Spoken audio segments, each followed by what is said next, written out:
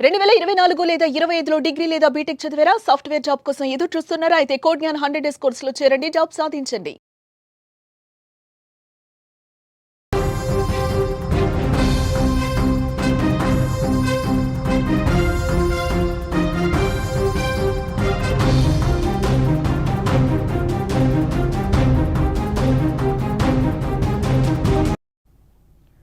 మరో big breaking news చూస్తున్నాం. వైష్ణవి హత్య కేసు ఇప్పటివరకు కూడా కొలిక్కి రాలేదు. వైష్ణవి హత్య కేసును పోలీసులు వేగవంతం చేశారు. హత్య జరిగిన రోజు గండికోటకు 200 వాహనాలు వెళ్లాయి. ఆ 200 వాహనాలను పోలీసులు ఇప్పుడు విచారిస్తున్నారు. గతంలో 2 సార్లు లోకేష్తో గండికోటకు వైష్ణవి వెళ్లినట్లుగా తెలుస్తోంది. లోకేష్ వైష్ణవి ఇన్స్టాగ్రామ్ చాట్లో గండికోట ప్రస్తావన వచ్చిందని కూడా పోలీసులు అంటున్నారు. 14వ తేదీ గండికోటకు వెళ్దామంటూ కూడా లోకేష్కు వైష్ణవి మెసేజ్ చేసినట్లుగా కూడా సమాచారం. లోకేష్ వైష్ణవిలు గండికోట విషయం కుటుంబీకులకు ముందే తెలుసా అనే అనుమానాలు వ్యక్తమవుతున్నాయి. హత్యలో గంజాయి బ్యాచ్ హస్తం ఉన్నట్లుగా కూడా ప్రస్తుతం పోలీసులు అనుమానిస్తున్నారు.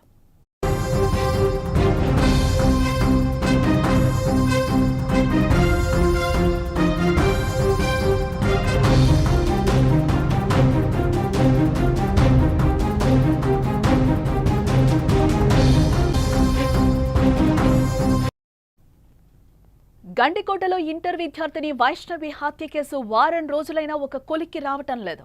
ఈ కేసు రోజుకో కొత్త మలుపు తీసుకుంటోంది. అసలు వైష్ణవిని చంపిందెవరు, ఎందుకు చంపారు అనేది ఇంకా బయటకు రాలేదు. అయితే ప్రస్తుతం పోలీసులు వైష్ణవి హత్య కేసును వేగవంతం చేసినట్లు కూడా మనకు తెలుస్తోంది. అసలు హత్య జరిగిన రోజు గండికోటకు ఎన్ని వాహనాలు వెళ్లాయి అనే కోణంలో ప్రస్తుతం పోలీసులు విచారిస్తున్నారు. అయితే హత్య జరిగిన రోజు 200 వాహనాలు గండికోటకు వెళ్లినట్లుగా తెలుస్తోంది. ప్రస్తుతం ఆ 200 వాహనాల్లో ఉన్న వారిని పోలీసులు విచారించే పనిలో పడినట్లుగా కూడా మనకి సమాచారం అయితే అందుతోంది. అయితే పోలీసులు మరో కోణంలో ఈ హత్య కేసులో ఏమైనా గంజాయి బ్యాచ్ హస్తం ఉందా అని పోలీసులు అనుమానిస్తున్నారట. ఒకవేళ గంజాయి బ్యాచ్ హత్య చేసుంటే వైష్ణవిని ఇంత దారుణంగా చంపాల్సిన అవసరం ఏంటి అనేది ఇప్పుడు అందరి ముందున్న ప్రశ్న. మొత్తానికి పోలీసులు ఈ కేసును వేగవంతం చేశారని అయితే అర్థమవుతోంది. ఇదిలా ఉంటే గతంలో కూడా వైష్ణవి లోకేష్తో కలిసి 2 సార్లు గండికోటకు వెళ్లినట్లుగా మనకైతే సమాచారం అందుతోంది. గండికోట గురించి వారిద్దరు ఇన్స్టాగ్రామ్లో చాటింగ్ కూడా చేసుకునేవారట. అయితే 14వ తేదీ గండికోటకు వెళ్దామని 11వ తేదీనే వైష్ణవి ఇన్స్టాగ్రామ్లో లోకేష్కు మెసేజ్ చేసిందని సమాచారం. ఇదంతా చూస్తుంటే లోకేష్ వైష్ణవి గండికోటకు వెళ్లే విషయం కుటుంబ సభ్యులకు ముందే తెలుసా అనే సందేహాలు కూడా ఇప్పుడు మొదలవుతున్నాయి. ఇక ఇదే అంశానికి సంబంధించి మరింత సమాచారం మా ప్రతినిధి సుదర్శన్ అందించే ప్రయత్నం చేస్తారు. సుదర్శన్. పోలీసుల విచారణ వేగవంతం అయింది, కానీ ఆలస్యం అవడానికి కారణం అది టూరిస్ట్ ప్లేస్ కాబట్టి నెంబర్ ఆఫ్ వెహికల్స్ ఆ రోజు వెళ్ళాయి. అంటే ఎక్కడెక్కడి నుంచో వచ్చినటువంటి వ్యక్తులు కాబట్టి వాళ్ళందరినీ గుర్తించినప్పటికీ పిలిచి వాళ్ళని విచారించడానికి కొంత సమయం పడుతుంది.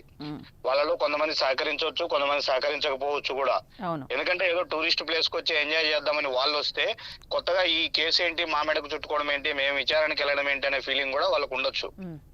కాబట్టి వాళ్ళని కూడా నచ్చజెప్పాలి, వాళ్ళ నుంచి సమాచారం సేకరించాలి. ఈ 200 వెహికల్స్ ఏవైతే ఉన్నాయో వాటిని అనాలిసిస్ చేస్తున్నారు. అంటే వాటిలో 2 వీలర్స్ కావచ్చు, కార్లు కావచ్చు, ఆటోలు కావచ్చు, ఇవన్నీ కూడా 200 వాహనాలే ఉన్నప్పుడు వాటిల్లో ఎంతమంది వ్యక్తులు వెళ్ళింటారో ఆ వ్యక్తులందరి ప్రమేయం పైన వాళ్ళు ఎక్కడి నుంచి వచ్చారు, ఏంటి, గండికోటలో ఎక్కడెక్కడ తిరిగారు, వాళ్ళు తిరిగే ప్రయత్నంలో ఈ అమ్మాయిని ఏమన్నా చూసారా, ఈ అమ్మాయి వాళ్ళ కంటపడిందా అనే కోణంలో కూడా పోలీసులు విచారణ చేస్తూ ఉన్నారు. దీనికి సంబంధించి 4 రకాల ఇన్వెస్టిగేషన్ టీమ్స్ ను అరేంజ్ చేశారు. ఒకటి ఫోరెన్సిక్ టీం ఉంది, వాళ్ళు ఫోరెన్సిక్ సంబంధించినటువంటి ఆ క్లూస్ కి సంబంధించినటువంటి చేస్తున్నారు. మరొకటి క్లూస్ టీం పనిచేస్తూ ఉంది, మరొకటి ఇంట్రాగేషన్ టీం పనిచేస్తుంది, మరొకటి వాహనాల అనాలిసిస్ అంటే సీసీ ఫుటేజ్ ను అనాలిసిస్ చేసే టీం పనిచేస్తూ ఉంది. మొత్తం 4 టీములుగా విడిపోయి ఎవరి పని వాళ్ళు చేస్తూ ఉన్నారు. కాబట్టి కొంత సమయం పడుతుంది. వాహనాలు ఎక్కువగా వచ్చాయి, ఆ రోజు జనం ఎక్కువగా వచ్చారు కాబట్టి. ఇక్కడే మనకు ఇంకొక సందేహం కూడా కలుగుతుంది. 200 వాహనాలు ఉంటాయంటే కనీసం దాంట్లో ఒక 400-500 మంది జనము ఆ రోజు గండికోటలో ఉండి ఉంటారు, టూరిస్టులు. అంతమంది జనం ఉన్నప్పుడు పట్టపగులే ఆ అమ్మాయిని అంత దారుణంగా కొట్టి చంపితే ఎవరికి తెలియకుండా ఉంటుందా? అన్నది కూడా ఇప్పుడు ఒక మిస్టరీగానే మారింది. అయితే దొరుకుతూ ఉంది లీడు, మళ్ళీ మిస్ అవుతూ ఉంది. ఎగ్జాక్ట్ ఎవరు చంపారన్న దాని మీద అవగాహన లేదు. సరే, కుటుంబ సభ్యులను అనుమానిస్తున్నారు. వాళ్ళను విచారణ పిలిచినప్పుడు వాళ్ళు చాలా కాన్ఫిడెంట్ గా చెప్తున్నారు, మా బిడ్డను మేమెందుకు చంపుకుంటాము అని. ఎగ్జాక్ట్లీ. కాబట్టి కుటుంబ సభ్యులను అంతకన్నా ప్రోయాక్టివ్ గా వెళ్ళి విచారించే పరిస్థితి పోలీసులకు లేదు. వెళ్ళినా కూడా అది బూమరాంగ్ అయ్యే అవకాశం ఉంటది. కాబట్టి ఇప్పుడు పోలీసుల లక్ష్యం అంతా కూడా డైరెక్ట్ హత్యలో ఎవరు పాల్గొన్నారో వాళ్ళను పట్టుకుంటే, పాత్రధారులను పట్టుకుంటే తర్వాత సూత్రధారుల పేర్లు వాళ్ళ ద్వారానే చెప్పించి వాళ్ళని అదుపులోకి తీసుకోవాలనేది పోలీసుల ప్లాన్. ఓకే. అయితే చంపిన వాళ్ళలో ఇప్పుడు సుపారీ బ్యాచ్ ఉంటుంది. కనీసం 3-4 కూడినటువంటి ఒక బ్యాచ్ ఈ అఘాయిత్యానికి పాల్పడ్డారు. వాళ్ళే అంతకులు అనే కోణంలో పోలీసులు అనుమానిస్తున్న నేపథ్యంలో పాత రికార్డులన్నీ కూడా ఇప్పటికే పాత నేరస్తుల రికార్డులు వెరిఫై చేస్తూ ఉన్నారు. అందులో సుపారీ గ్యాంగ్ అంటే గంజాయి రిలేటెడ్ బ్యాచ్ కూడా ఉండవచ్చు అన్న కోణంలో ప్రొద్దుటూరు ముఖ్యంగా ఈ డ్రగ్స్ కు గంజాయికి ఈ మధ్య కాలంలో కేర్ ఆఫ్ అడ్రస్ గా మారింది. అంటే ఇక్కడ ఒక్క పాయింట్ సుదర్శన్, అంటే మీరు చెప్తున్నారు అంటే గంజాయి బ్యాచ్ ఏమైనా చేసుంటుందా అనేది ఒక అనుమానం అయితే గనక వాళ్ళు ఇక్కడ అత్యాచారం జరగలేదు అని కూడా క్లియర్ గా క్లీన్ చిట్ ఇవ్వడం జరిగింది పోలీసులు కూడా. ఎస్, అందరి అనుమానము అదే. ఇప్పుడు ఆకతాయిలో గంజాయి బ్యాచ్ మద్యం మత్తులోనో అమ్మాయి మీద ఈ అఘాయిత్యానికి పాల్పడితే ఖచ్చితంగా వాళ్ళు అంటే మా అమ్మాయి పైన రేప్ యాక్టివిటీ చేసే అవకాశం ఉంటది. కానీ అదేమి జరగలేదు. కానీ ఇక్కడ ఇంకొక సెన్సిటివ్ ఇష్యూ ఏంటంటే వీళ్ళకు సుపారీ ఇచ్చి ఎంతవరకు ఏ విధంగా చంపమన్నారో ఆ విధంగానే చంపి ఉంటారు అనేది ప్లాన్. ఓకే. కాబట్టి ఆ అమ్మాయి వాళ్ళ సొంత బంధువు కాబట్టి సపోజ్ మనం ఒకసారి కుటుంబ సభ్యుల కోణంలో అనుమానం వ్యక్తం చేస్తే వాళ్ళు వాళ్ళ అమ్మాయి పైన ఇట్లా అఘాయిత్యం చేయడానికో ఇంకోదానికో వాళ్ళు అంగీకరించారు. కాబట్టి ఎంతవరకు టాస్క్ కంప్లీట్ చేయాలో అంతవరకే చేసి వాళ్ళు ఏ విధంగా పరారవ్వాలి ఏంటి అనే స్కెచ్ కూడా వాళ్ళే గీసుకున్నారు. వీళ్ళు ఆ రోజు ఎలాంటి డైరెక్షన్ ఇవ్వలేదు.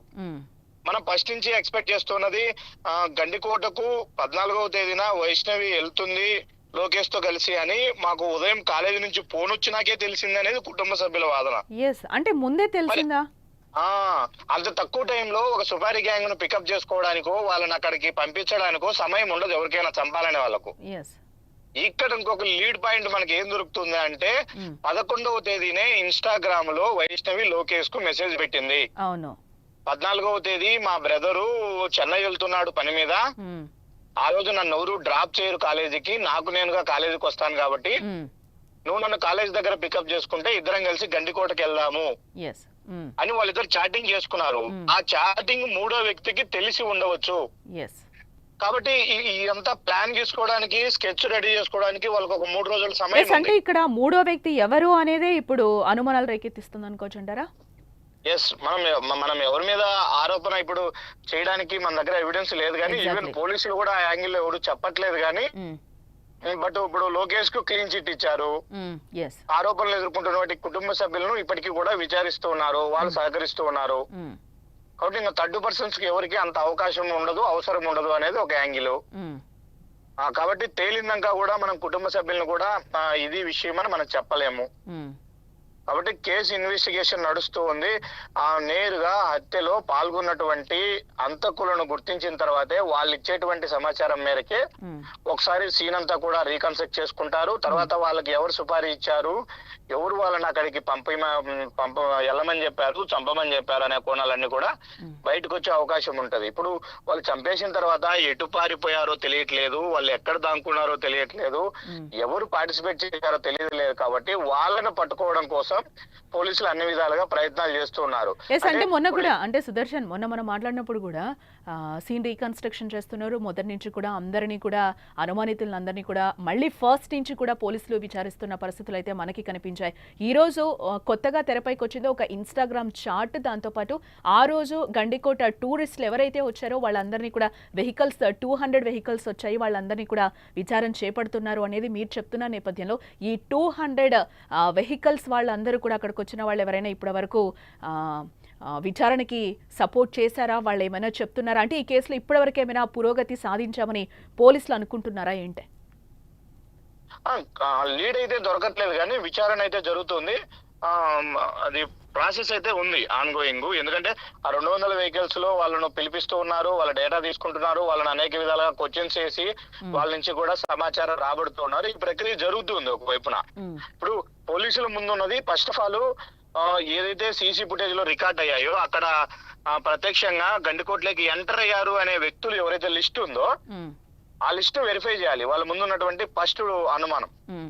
ఆ లిస్ట్ ని క్లియర్ చేసిన తర్వాతే నెక్స్ట్ ఎవరైనా సీసీ ఫుటేజ్ లో రికార్డ్ అవ్వకుండా ఎవరైనా వేరే మార్గాల ద్వారా వెళ్ళుంటారా అనే కోణంలో నెక్స్ట్ స్టెప్ తీసుకోవాల్సి ఉంది. అంటే సుదర్శన్, ఇక్కడ ఇంకొక పాయింట్ కూడా మనం రేస్ చేయాల్సిన అవసరం, ఎందుకంటే లోకేష్ వెళ్ళేటప్పుడు వైష్ణవితో కలిసి వెళ్ళేటప్పుడు అలాగే బయటకు వచ్చేటప్పుడు కూడా క్లియర్గా సీసీ ఫుటేజ్లో కనిపిస్తున్న విషయం మనకు తెలిసిందే. అంటే ఓపెన్గా అది రిలీజ్ చేస్తున్న వీడియో మనకి కనిపిస్తుంది సీసీ ఫుటేజ్లో ఏ విధంగా ఉందో ఆ విధంగా. అంటే ఇప్పటి వరకు రిమైనింగ్ ఆ అమ్మాయి ఆ 2 అవర్స్లో ఏమైంది వైష్ణవి అనేది ఇప్పటి వరకు అంతుపట్టని విషయంగా తెలుస్తుంది. అంటే ఇక్కడ ఎక్కడ కూడా పోలీసు వాళ్ళకి ఇంతవరకు క్లూస్ దొరకలేదా, ఇంతవరకు ఎవిడెన్స్ అంటే సీసీ ఫుటేజ్ లాంటివి ఏమీ దొరకలేదని మనం అనుకోవాలంటారా?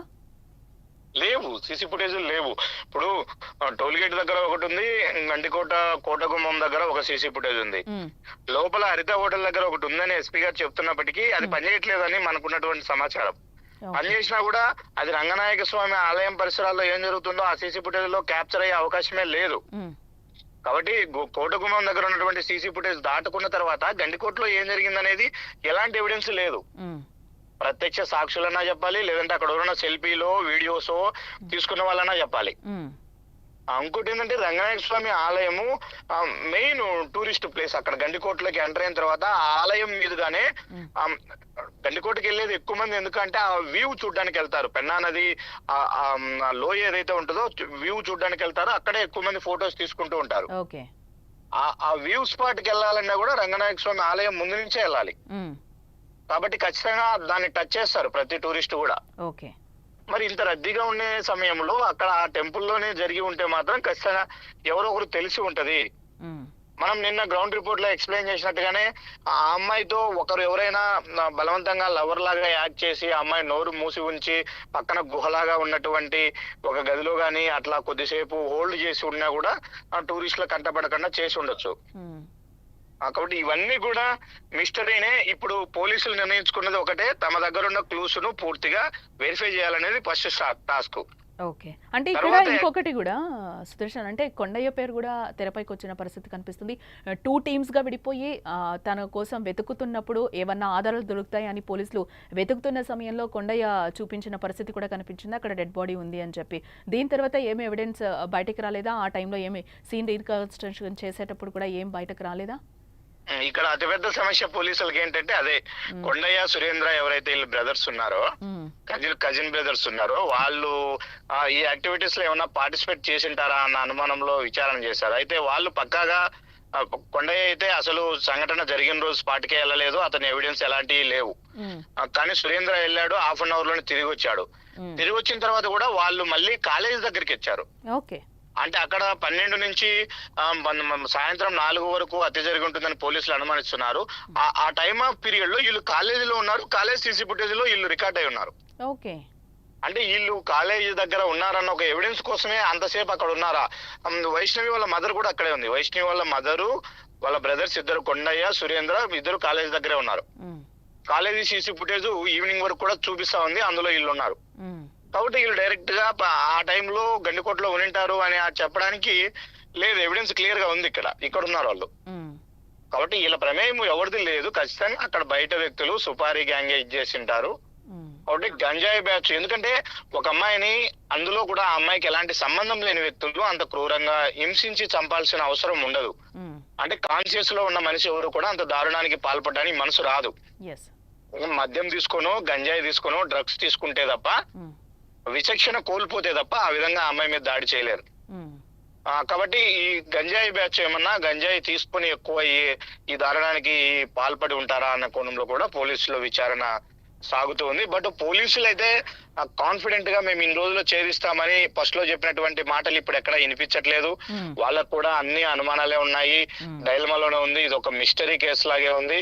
ఇది చాలా పెద్ద టాస్క్. ఇంకా కూడా వాళ్ళకి కావాల్సినటువంటి టెక్నికల్ నాలెడ్జ్ ను, వాళ్ళ దగ్గర ఉన్నటువంటి అన్ని రకాల టెక్నికల్ ఎక్విప్మెంట్స్ ను వాడుతున్నారు, మ్యాన్ పవర్ ను వాడుతున్నారు. సుమారుగా 50-60 మంది ఇన్వెస్టిగేషన్ లో పార్టిసిపేట్ చేస్తున్నారు పోలీస్ సిబ్బంది.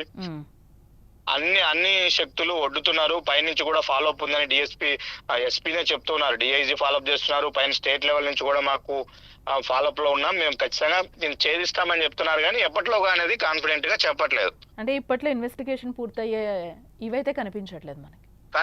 కనిపించట్లేదు. వాళ్ళు ఏమంటున్నారంటే మమ్మల్ని ఫ్రీగా వదిలేయండి కొద్ది రోజులు, మేము అన్ని కొనాలను అనాలిసిస్ చేసిన తర్వాత పక్కాగా పట్టుకుంటాము. ఎందుకంటే ఏ కేసులైనా పోలీసులు ఫస్ట్ మనకు తెలిసింది చేసేది ఏంటంటే ఏమాత్రం అనుమానం వచ్చినా వాళ్ళని తీసుకెళ్లి వాళ్ళ యాంగిల్లో ఇంటరాగేషన్ చేస్తే వాళ్ళు కక్కేస్తారు నిజం.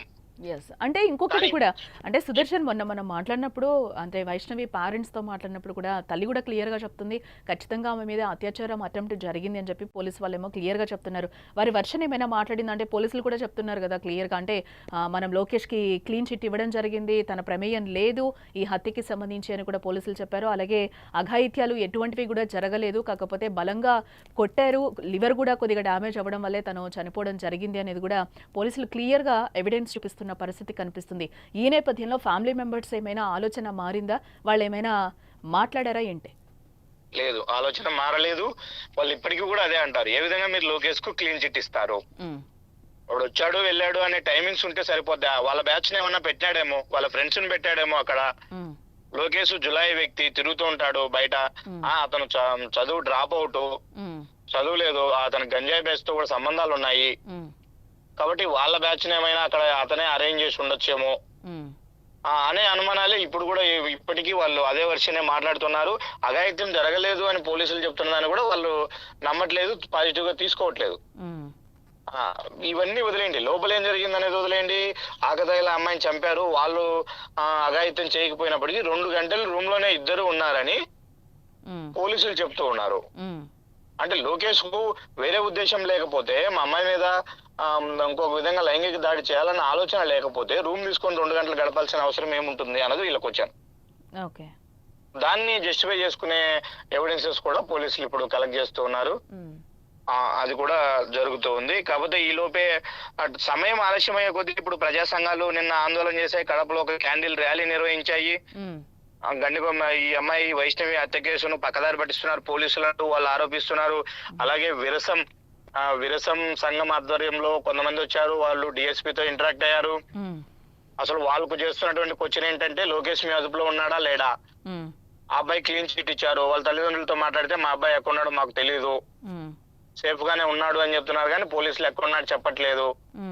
మరి మీరే క్లీన్ చిట్ ఇచ్చినాక ఆ అబ్బాయిని ఎందుకు వదలట్లేదు? ఒకవేళ మీ కస్టడీలో ఉంటే 24 hours లో కోర్టులో ప్రవేశపెట్టాలి కదా, ఎందుకు చేయట్లేదు పోలీసులు అని ఆ క్వశ్చన్ కూడా విరసం వాళ్ళ నుంచి కూడా పోలీసులకు ఎదురవుతుంది. కాబట్టి ఇప్పటి వరకైతే ప్రజా సంఘాలు, విరసం లాంటి సంఘాలు ఇలాంటివన్నీ కూడా ఇందులో ఇన్వాల్వ్ అయి పెదవి విప్పుతున్న నేపథ్యంలో రేపటి రోజున ఇంకా పొలిటికల్ పార్టీస్ కూడా వీటిలోకి ఎంటర్ అయితే మాత్రం మరింత పొలిటికలైజ్ అయ్యే అవకాశం కూడా ఉంటుంది. అప్పుడు పోలీసుల మీద తీవ్ర ఒత్తిడి ఉంది, తీవ్ర ఒత్తిడి ఉంది. వాళ్ళు ఎవరు ఒత్తిడికో కాదు కానీ వాళ్ళకే ఒక ఛాలెంజింగ్ గా ఉంది. కాకపోతే వాళ్ళు చెప్తున్నది ఏంటంటే ఇది సెన్సిటివ్ ఇష్యూ. ఎందుకంటే అమ్మాయి వాళ్ళ పేరెంట్స్ సైడ్ నుంచి కూడా, బంధువుల సైడ్ నుంచి కూడా కొన్ని క్లూస్ దొరుకుతున్నాయి, అనుమానాలు వ్యక్తమవుతున్న నేపథ్యంలో ప్రోబ్ గా మేము వెళ్ళి వాళ్ళని విచారించలేము. కాబట్టి ఒక పక్క ఎవిడెన్స్ కోసం చూస్తూ ఉన్నాము. కాబట్టి టైం కావాలి, చేస్తాం ఖచ్చితంగా. ఇందులో ఎవరిని వదిలేదు లేదు. నిజంగా వైష్ణవికి జరిగినటువంటి అన్యాయం పట్ల ఖచ్చితంగా అమ్మాయికి న్యాయం జరిగే విధంగానే మా విచారణ ఉంటది. నిజమైనటువంటి హంతకులనే మేము మీడియా ముందు ప్రవేశపెడతాము. ఆ గుణంలో ఎలాంటి మాకు ఒత్తిళ్లు లేవు, మేము కాంప్రమైజ్ అయ్యే పరిస్థితి లేదని పోలీసులు అయితే స్పష్టంగా చెప్తున్నారు. రైట్ సుదర్శన్, మరిన్ని అప్డేట్స్ కోసం మళ్ళీ మిమ్మల్ని కాంటాక్ట్ చేస్తాం. మొత్తంగా ఇది పరిస్థితి. పోలీసులకు అయితే ఒక ఛాలెంజింగ్ కేసుగా వైష్ణవిది మారిందని చెప్పుకోవచ్చు. ఇప్పటికీ తీవ్ర ఒత్తిడిలో కూడా పోలీసులు ఉన్నట్లుగా తెలుస్తుంది. దాన్ని కూడా వాళ్ళు ఒక ఛాలెంజింగ్గా తీసుకున్నారు. ఖచ్చితంగా దీన్ని మేము చేస్తాము అని కూడా చెప్తున్నారు. అన్ని పక్కగా ప్రూఫ్లు దొరికినప్పుడు ఖచ్చితంగా మేము ప్రెస్ మీట్ పెట్టి చెప్తామని కూడా వాళ్ళు క్లియర్గా చెప్తున్న దాఖలాలు అయితే మనకి కనిపిస్తున్నాయి. గండికోట ఇంటర్ విద్యార్థిని వైష్ణవి హత్య కేసు వారం రోజులైనా కూడా ఒక కొలిక్కి రాలేదు. ఈ కేసు రోజుకో కొత్త మలుపు తిరుగుతోంది. అసలు వైష్ణవిని చంపిందెవరు, ఎందుకు చంపారు అనేది ఇంకా బయటకి రాలేదు. అయితే ప్రస్తుతం పోలీసులు వైష్ణవి హత్య కేసును వేగవంతం చేశారు. పురోగతి ఎంతో కొంత సాధించాలి అని దీంట్లో కూడా పోలీసుల మీద కూడా తీవ్ర ఒత్తిడి ఉంది. అసలు హత్య జరిగిన రోజు గండికోటకు ఎన్ని వాహనాలు వెళ్లాయి అనే కోణంలో కూడా పోలీసులు ప్రస్తుతం విచారిస్తున్నట్లుగా కూడా తెలుస్తోంది. అయితే హత్య జరిగిన రోజు ఆ 200 వాహనాలు గండికోటకు వెళ్ళినట్లుగా కూడా క్లియర్గా చెప్తున్నారు. ప్రస్తుతం ఆ 200 వాహనాల్లో ఉన్న వారిని పోలీసులు విచారించే పనిలో పడ్డారు ప్రస్తుతం. అయితే పోలీసులు మరో కోణంలో ఈ హత్య కేసులో ఏమైనా గంజాయి బ్యాచ్ హస్తం ఉందా అని కూడా పోలీసులు అనుమానిస్తున్నారు. ఒకవేళ గంజాయి బ్యాచ్ ఇది చేస్తుంటే కనుక ఆ అమ్మాయి మీద అఘాయిత్యం జరగలేదు అనేది కూడా పోలీసులు చెప్పడం జరిగింది.